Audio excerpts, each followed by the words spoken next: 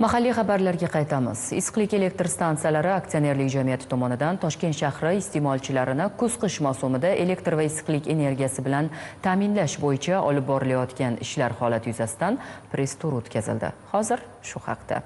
Havo harorati pasayib, kuzning so'nggi oyi ham boshlandi. Kunning eng dolzarb masalasi ayni paytda poytaxtda ko'p qavatli uylarning isitish muammosi. Asosan Toshkent shahrida bu jarayon noyabr oyining ilk kunlarida boshlanar edi. Hozircha bu haqda aniq ma'lumot yo'q. Ammo poytaxt iste'molchilarini issiqlik elektr stansiyalari aksiyadorlik jamiyati tizimidagi issiqlik markazi tomonidan 2024-2025 yillar kuz-qish mavsumida elektr va issiqlik energiyasi bilan ta'minlashga qanchalik tayyor? Press turimizning ilk lokatsiyasi Toshkent issiqlik markazi korxonasining 5-issiqlik markazi. Aynan shu markaz Uchtepa va Chilonzor tumani aholisini issiqlik energiyasi bilan ta'minlaydi. Bu mavsumda markaz tabiat injiqliklariga qanchalik tayyor?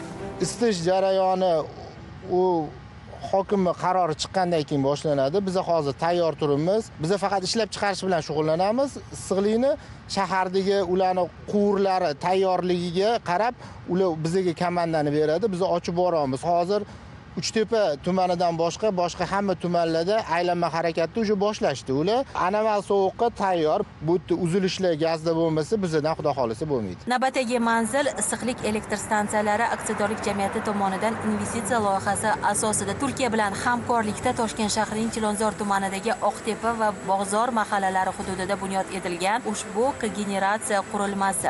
Bu obyektda qariyb 20 million kilovatt-soat elektr energiya ishlab chiqarildi. 20 ming gigakaloriyadan ziyod issiqlik energiyasi ishlab chiqarildi va aholiga yetkazib berilgan.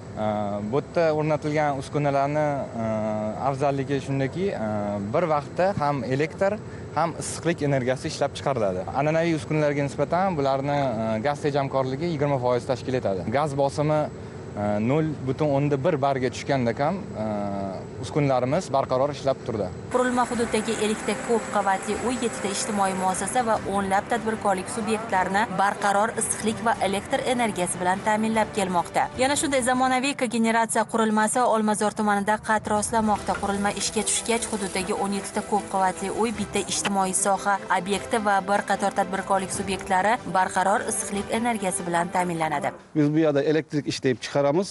Qo'shimcha elektrik ishlashgandan chiqqan vitishkadan olgan issiqligimizni ham issiq suvga aylantirib, developmentning orqali issiq suvga aylantirib, xalqqa issiq suv tomonidan beramiz.